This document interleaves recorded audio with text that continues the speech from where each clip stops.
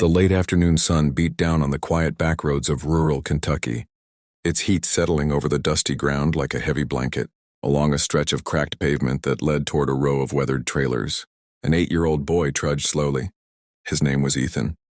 His tiny frame was bent forward under the crushing weight of a bundle of firewood strapped to his back with a frayed rope. Every step felt like a battle. His bare feet kicked up powdery dirt, the jagged gravel cutting into his soles. Sweat streaked down his dirt-smudged cheeks, dripping off his chin and landing on the dry road. His thin shirt, torn at the shoulder, clung to him, soaked through. "Keep moving!" barked a voice behind him. Ethan flinched. His stepmother, Jolene, followed with her arms crossed and an impatient scowl carved across her sharp features. She was tall, her bleached blonde hair tied back tight. Her lips pursed into a permanent sneer. "You think standing there whining is going to put food on the table?" She snapped. "Pick it up, Ethan, faster!" He tried, God, he tried. But the bundle of firewood was almost as big as he was. His back ached, his arms screamed, his knees wobbled. Finally, the inevitable happened. His foot caught on a loose stone, and he stumbled forward, crashing to his knees. The wood slipped off his back, hitting the ground with a dull thud. The pain shot through his body, sharp and unrelenting. He wanted to cry out but swallowed the sound, biting his lip hard until he tasted the metallic tang of blood. Jolene's eyes narrowed. Her voice dripped with venom. "Pathetic? You're just like your mother, weak, useless." The words cut deeper than any bruise could. His real mother, gone since he was 5. His father had remarried too quickly, desperate for help around the house. And now, gone most days working long shifts at the factory, he never saw what Ethan endured under Jolene's cruelty. "Get up!" she demanded, lifting her hand as if ready to strike. But before her hand could fall, the sound of an approaching engine broke the tense silence, a low, powerful rumble, foreign to the quiet backroads. Both Jolene and Ethan turned their heads. A sleek black Mercedes slowed to a stop on the dirt road beside them, its polished surface shining almost blindingly in the sun. The tinted window rolled down, and out stepped a man who didn't belong in a place like this. He wore a neatly pressed charcoal gray suit, his shoes gleaming despite the dust. His salt and pepper hair framed a face that carried both authority and kindness. His name was Jonathan Miller, a self-made millionaire from New York City, passing through the countryside on a personal trip. Jonathan's eyes immediately landed on Ethan, on the boy's trembling knees, the oversized bundle of firewood, the dirt streaking his small face. His brows knit together in anger and compassion all at once and stopped. Rang out, sharp and commanding, cutting through the heavy air like a blade. Jolene froze, startled. Her hand hovered mid-air, her mouth opening and closing like a fish gasping for air. Jonathan stepped forward, his polished shoes crunching on gravel. His voice lowered, calm but firm. "Why is this boy carrying such a load?" Jolene recovered quickly, forcing a smile that didn't reach her eyes. "Oh, sir, you don't understand. This is nothing. Just a little chore. He's learning responsibility." Jonathan's eyes softened as he crouched down in front of Ethan. The boy's wide blue eyes looked up at him. Fear mingled with something else, hope fragile and flickering. "What's your name, son?" Jonathan asked gently. The boy hesitated, glancing nervously at Jolene before whispering, "Ethan." Jonathan smiled warmly. "Ethan, that's a strong name. You've been carrying all this by yourself?" Ethan nodded, his throat too tight for words. Jonathan reached out and carefully brushed a strand of dirty hair from the boy's forehead. "You're strong. Stronger than most men I know." The simple kindness undid Ethan. His eyes burned, tears spilling down his cheeks despite his desperate attempt to hold them back. No one had spoken to him like that in years, not since his mother. Jolene stepped forward, her tone defensive. "Look, mister, I don't know who you are, but this is family business. You've got no reason to interfere." Jonathan rose to his full height, his expression sharpening. "No reason? I see a child working like a mule under the scorching sun, collapsing under a burden too heavy for his frame, and I should stay silent." He turned slightly toward his car, motioning for his driver. "Bring some water." The driver hurried over, handing Jonathan a chilled bottle. Jonathan twisted the cap open and crouched again, offering it to Ethan. "Here, drink." Ethan hesitated, then took the bottle in his trembling hands.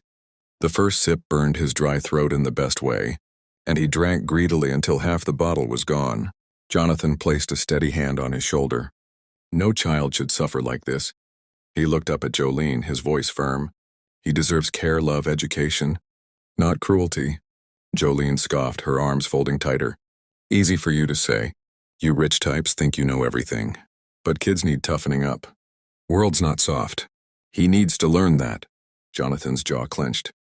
There's a difference between teaching toughness and breaking a child's spirit. What you're doing is abuse. Ethan's heart raced. The word, abuse, hung in the air like a forbidden truth finally spoken aloud. Jonathan knelt once more, his eyes locking onto Ethan's. Would you like to come with me, Ethan? Somewhere safe? Somewhere you can be a child again? The boy's small chest rose and fell with quick breaths. The thought was impossible. He'd never imagined a life outside Jolene's cruelty. Could he dare to believe? His face flushed with anger. You can't just take him. He's mine to raise. Jonathan's gaze turned steel cold. Children are not possessions.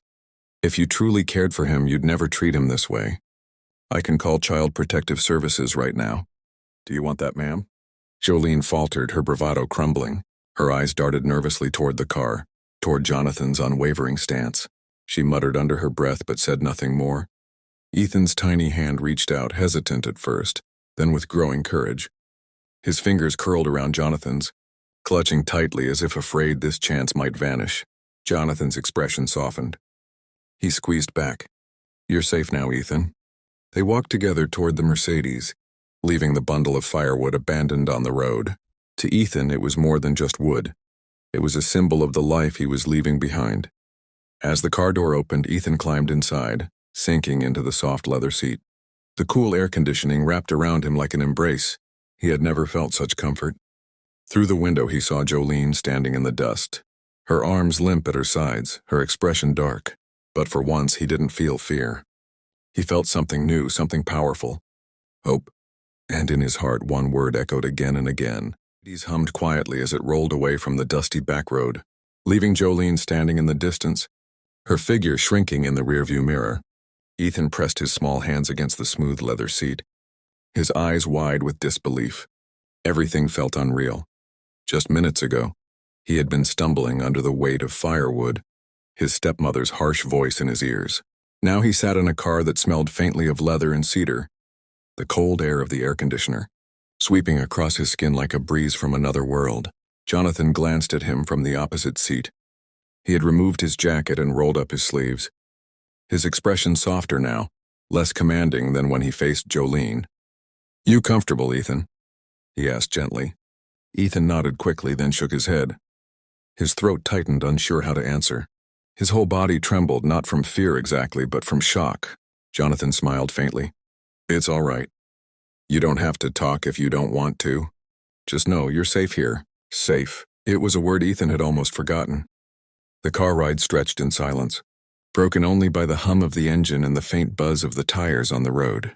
Ethan clutched the half-empty water bottle Jonathan had given him earlier, holding it as if it were the most valuable thing he owned.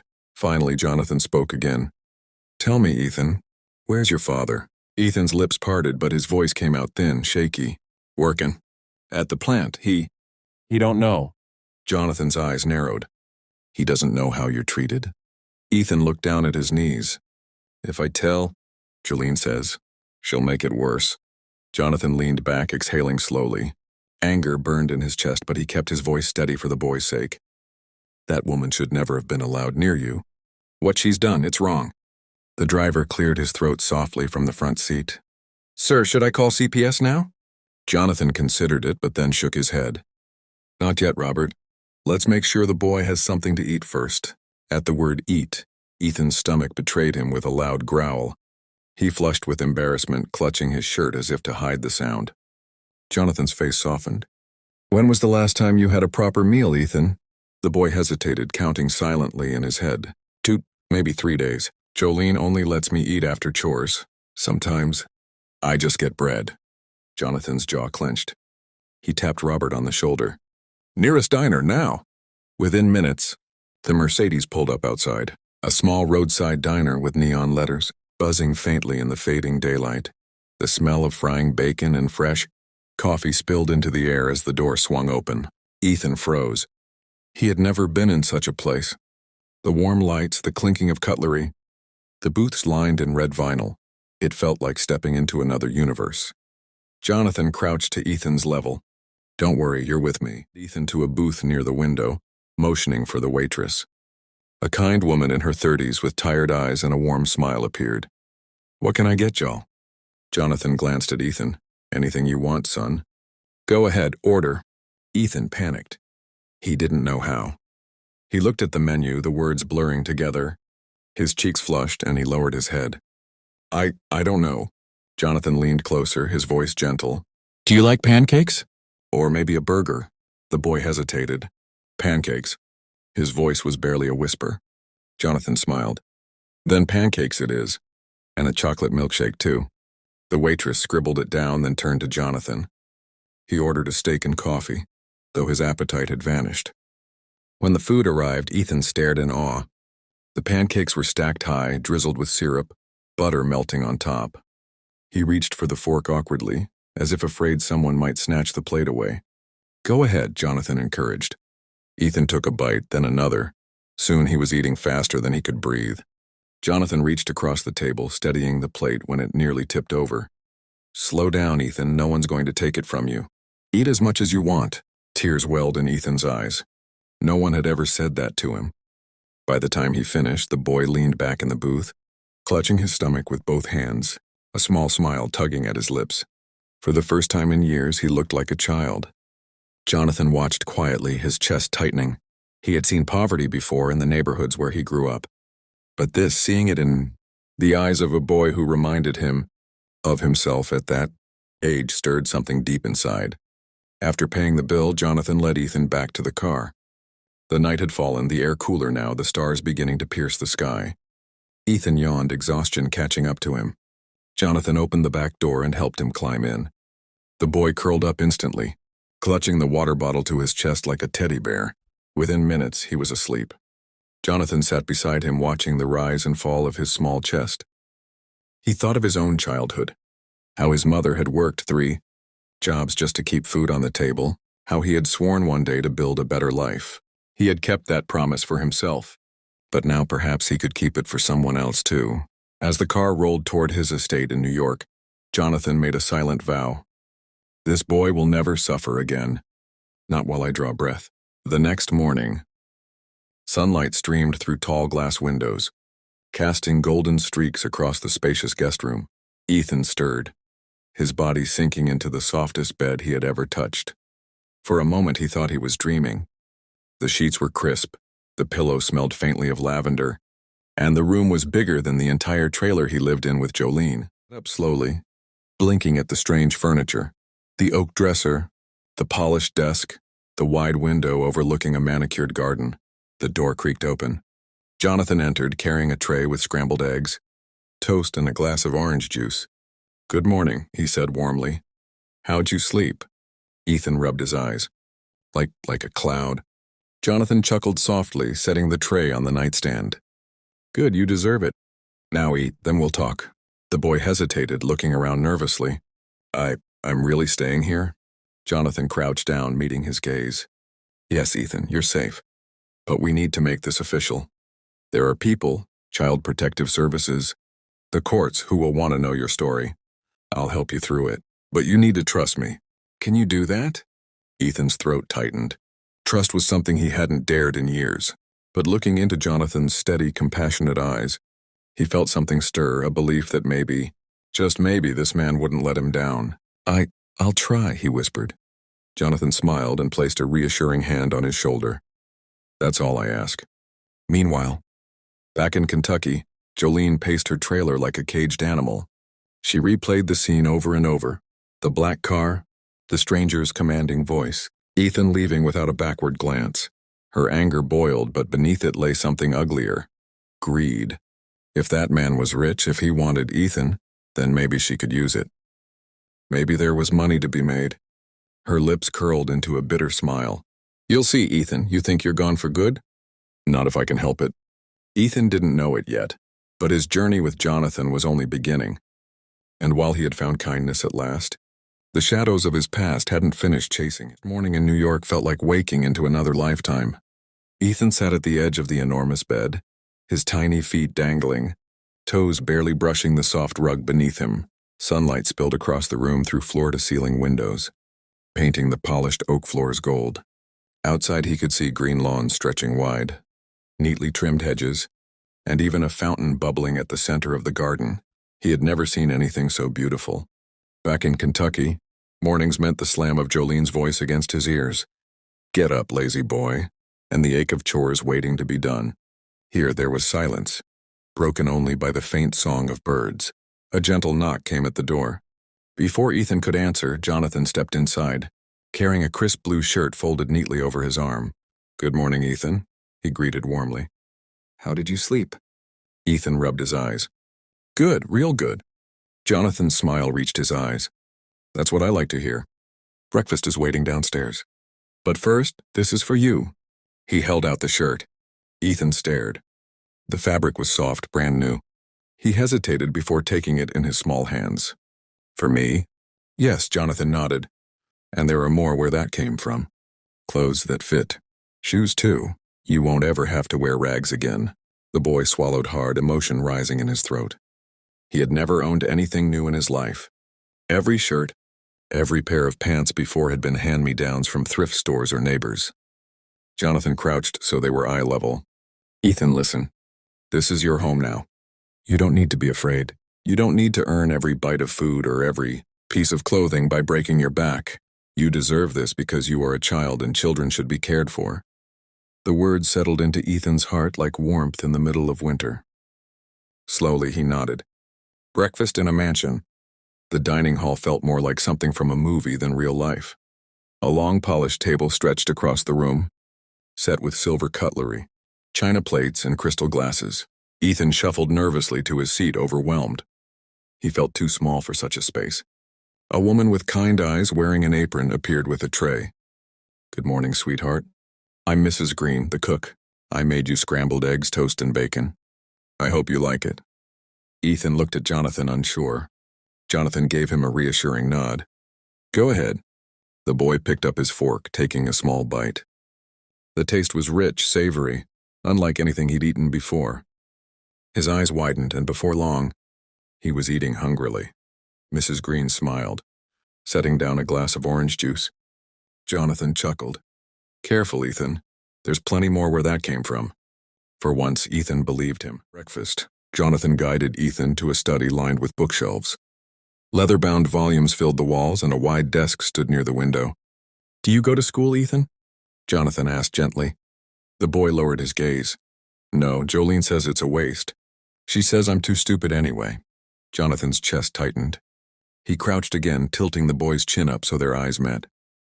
"Ethan, never let anyone tell you that you're stupid. You're not. You just haven't been given the chance. But that changes now."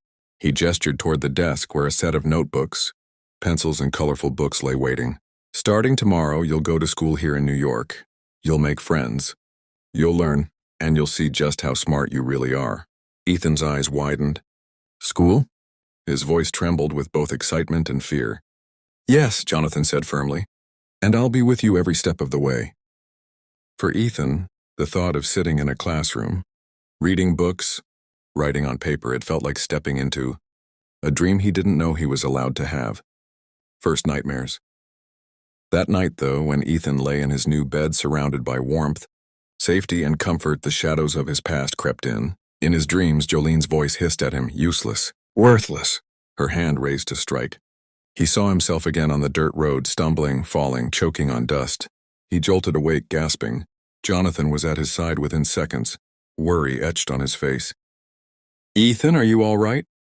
The boy's small body trembled. He couldn't speak. Tears spilled silently down his cheeks. Without a word, Jonathan sat on the edge of the bed and wrapped an arm around him. "It's okay. You're safe now. She can't hurt you anymore." Ethan buried his face in Jonathan's shirt, clinging tightly. For the first time in years, he allowed himself to cry openly. Jonathan held him, rocking gently like a father comforting his own son. School days. The following week, Ethan began school. The first day was overwhelming. Children laughing, shouting, running down the halls. He clutched Jonathan's hand tightly, terrified he wouldn't belong. But Jonathan knelt in front of him, voice steady. "Remember what I said. You are smart. You are strong. And you deserve to be here. The boy nodded shakily. Class was difficult. Ethan struggled to read simple words, stumbled over math problems that seemed easy to the others. Some kids snickered, whispering behind their hands. But when the teacher asked him to draw, Ethan's hand moved quickly, sketching a perfect picture of the Kentucky woods he used to roam. The class fell silent, impressed. For the first time, Ethan felt proud of something he could do. When Jonathan picked him up that afternoon, Ethan climbed into the car with a small smile. I drew today. Everyone liked it. Jonathan ruffled his hair, grinning. I knew you had talent, son. Moments. As weeks passed, small routines formed. Breakfasts together. Reading time in the evenings. Trips to the park where Ethan learned to ride a bike. Jonathan running alongside him, cheering every wobbling turn. One afternoon, Ethan came home from school, clutching a certificate he had won for Most Improved Student. He held it nervously, unsure if it was worth showing. Jonathan knelt down, took the paper, and studied it carefully. Then he looked at Ethan, pride shining in his eyes. This is wonderful. I'm proud of you, son. The word son hit Ethan like sunlight breaking through clouds. His chest swelled and tears burned his eyes again. Only this time, they were tears of joy. But shadows linger. While Ethan's new life bloomed, miles away, Jolene seethed. She sat at her worn kitchen table, a cigarette smoldering between her fingers. She had seen Jonathan's car, his clothes, his presence. A man with that much money wouldn't just help. A boy out of kindness, surely. He'd pay to keep him. Her lips twisted into a cruel smile. If he wants Ethan so bad, he can pay for him. She picked up the phone and dialed a number she hadn't used in years. Hey, it's me. I need a lawyer. Ethan didn't know it yet. But while he was learning how to ride bikes, eat pancakes without fear, and fall asleep in safety, the woman who once ruled his life was plotting to drag him back into the shadows. And this time she wasn't after chores or firewood. She was after money. Air in New York was crisp, carrying the faint scent of fallen leaves. Ethan had begun to flourish. He no longer flinched every time someone raised their hand. No longer ate meals as if they would be stolen from him. School was still hard, but he was learning slowly but surely. Jonathan watched him with pride each evening as the boy recounted his day. They sat in the library, fire crackling in the fireplace. Ethan curled up in an armchair with a book far too advanced for him, but trying anyway. It was in those quiet moments that Jonathan allowed himself to believe Ethan truly was safe, that the pain of the boy's past had finally loosened its grip. But safety, he would soon learn, could be fragile. A letter in the mail. One morning, the butler entered Jonathan's study, holding an envelope with a stern look. Sir, this just arrived. Certified mail. Jonathan took it, brows knitting as he read the return address. Kentucky. He slid the letter opener across the seal and unfolded the papers inside. Legal documents. His stomach tightened. Petition for custody, filed by Jolene Carter. Jonathan's eyes darkened as he scanned the words. She was demanding Ethan be returned to her custody, claiming that Jonathan had unlawfully taken the child without consent. Beneath the legal jargon, one thing was clear. She wasn't letting Ethan go without a fight. The conversation. That evening, Jonathan sat across from Ethan at the dinner table. He debated whether to tell him. The boy was only 8, too young to carry this weight. But honesty had always been their bond. Ethan, Jonathan began gently, I need to talk to you about something important. Ethan looked up, fork paused midway. His eyes widened. Am I in trouble? Jonathan shook his head quickly. No, son. Not at all, but Jolene has filed a case. She wants to take you back. The color drained from Ethan's face. The fork clattered against his plate. No, I don't want to go back. Please, Mr. Miller, don't let her take me. Rose and came around to kneel beside the boy, gripping his shoulders firmly but gently. Listen to me. You are not going anywhere. Not while I breathe. But the law requires we face this in court. You'll have to speak the truth about how she treated you. Tears filled Ethan's eyes. He shook his head, trembling. She said, if I ever told she'd hurt me, she'll kill me if I say anything. Jonathan's voice softened, his heart breaking at the boy's fear. She can't hurt you anymore, not here. And I'll be right beside you, every step of the way. You trust me, don't you? Ethan sniffled, nodding slowly. I trust you. Jonathan wrapped him in a hug. That's all I need. Courtroom shadows. Weeks later, the case was brought before a family court in Kentucky. The courtroom smelled of polish and old wood, the American flag draped high above the judge's bench. Jolene sat smugly with her lawyer, her makeup heavy, her smile artificial.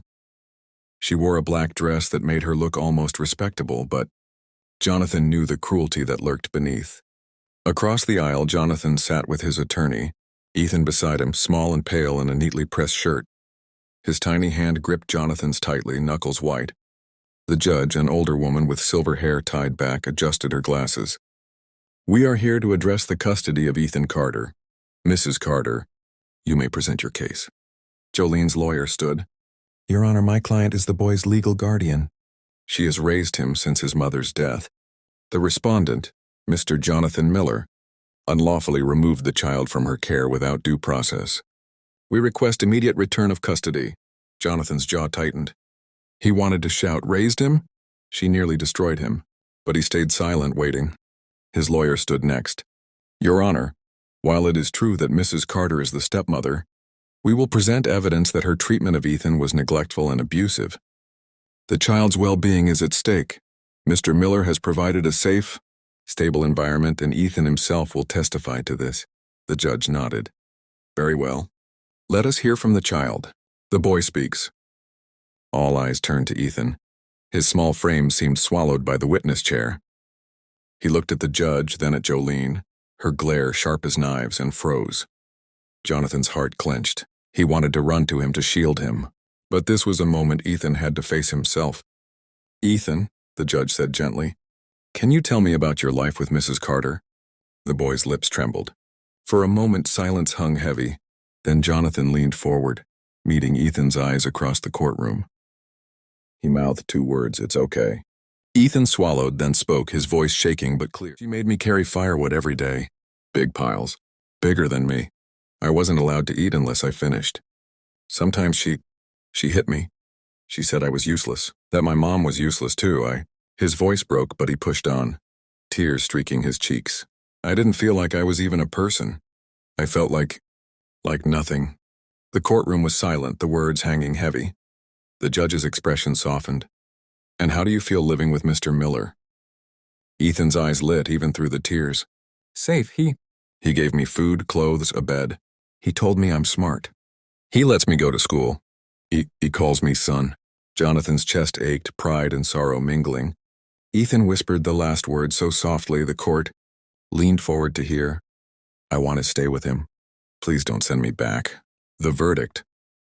The judge's gavel came down, hours later after testimony from social workers and neighbors who had witnessed Jolene's neglect. "This court finds Mrs. Carter unfit to serve as guardian. Custody of Ethan Carter is hereby awarded to Mr. Jonathan Miller." Relief crashed over Jonathan like a wave. He turned, pulling Ethan into his arms. The boy sobbed into his chest, clinging desperately. Jolene shot up, shouting, "This isn't over. You can't just take him." But bailiffs stepped forward, guiding her out as her voice echoed off the walls. Jonathan whispered into Ethan's hair, "It's over, son. She can't hurt you again. You're safe, truly safe. Home again." Back in New York, the mansion felt brighter, lighter. Ethan carried the certificate from the court in his small hands like it was a treasure. At dinner, he looked across the table at Jonathan, eyes still wet but glowing with something new, certainty. "Mr. Miller?" he asked softly. "Yes, Ethan? Does this mean you're really my dad now?" Jonathan's throat tightened. He reached across the table, taking the boy's hand. "Yes, son. From now on, I'm your father, and nothing will ever change that." Ethan smiled through tears, the first smile of true freedom, true belonging. But even as Jonathan celebrated the victory, he knew the road ahead was still long. Healing would take time. Nightmares might return. Scars ran deep. But now at least Ethan wouldn't have to walk that road alone. Crept into New York with its familiar chill, blanketing the city in frost. Snowflakes clung to the wrought iron gates of Jonathan's mansion, and the streets glittered with holiday lights. Inside, warmth glowed from every corner, fireplaces crackling, garlands twined along staircases, and laughter echoing through halls that once sat silent. For Ethan, it felt like stepping into a dream he never thought he'd have. First Christmas. It was Christmas Eve. Ethan stood in front of a towering tree in the living room, its branches heavy with ornaments. Some new, some older than Jonathan himself. The boy stared at the shining star perched at the top. Jonathan entered, carrying 2 mugs of hot cocoa. Thinking it needs one more ornament? Ethan turned, clutching the mug Jonathan handed him. It's the prettiest tree I've ever seen. Jonathan smiled, kneeling beside him. Did you know when I was your age, I used to sneak candy canes off the tree when no one was looking? Ethan's eyes widened. You? But you're rich and fancy. Jonathan chuckled. Rich and fancy people still get hungry, Ethan, and still make mistakes. He ruffled the boy's hair. Ethan hesitated before whispering, I never had a tree before. Stepmother said Christmas was for people who mattered. I guess I didn't. Jonathan's chest tightened. He pulled the boy close, resting a hand on his small back. Ethan, listen to me. You matter more than you'll ever know. This tree, this house, my life, it's all brighter because of you. For the first time, Ethan smiled without hesitation, a smile not shadowed by fear or doubt. School days. In January, Ethan returned to school. He still struggled, reading was slow. Math confusing, but now he had something he never had before. Support. Jonathan hired a tutor, a kind young woman named Mrs. Harper who came 3 afternoons a week.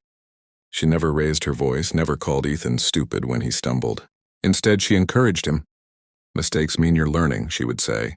One evening, after Ethan had successfully read a whole page without help, he burst into Jonathan's study, beaming. Dad, I did it! I read it all by myself. Jonathan looked up from his desk, the word Dad ringing in his ears like the sweetest music. He stood, sweeping Ethan into a hug. I knew you could, son. I knew it. That night, as Ethan slept peacefully, Jonathan sat at his desk staring at the adoption papers. Though the court had granted him custody, Jonathan wanted more.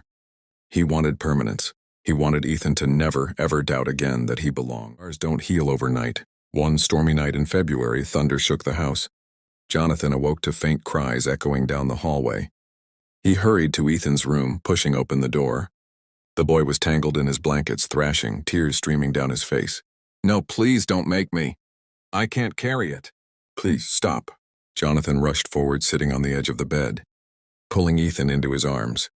It's just a dream, Ethan. You're safe. You're with me. Ethan clung to him, sobbing into his chest. She was yelling again. She said I was nothing. Jonathan kissed the top of his head. She was wrong. She was so very wrong. You are my son. You are loved. You are everything. Slowly, Ethan's sobs faded. He curled against Jonathan, whispering, Don't leave, Dad. Jonathan stayed, holding him through the night, watching the storm fade into dawn. Adoption day. By spring, Jonathan's petition for full adoption was approved. The courthouse in Manhattan was filled with light that morning, beams of sun cutting through high windows. Ethan stood beside Jonathan, wearing a little suit that made him look older, more confident. His hand clutched Jonathan's firmly. The judge smiled down at them. Mr. Miller, do you understand that by signing these papers, Ethan becomes your legal son, with all rights and responsibilities as if he were born to you? Jonathan's voice was steady, but his eyes shone with emotion. I understand, and it's what I want with all my heart. The judge turned to Ethan. And you, young man, are you happy to have Mr. Miller as your father? Ethan's answer was immediate, clear.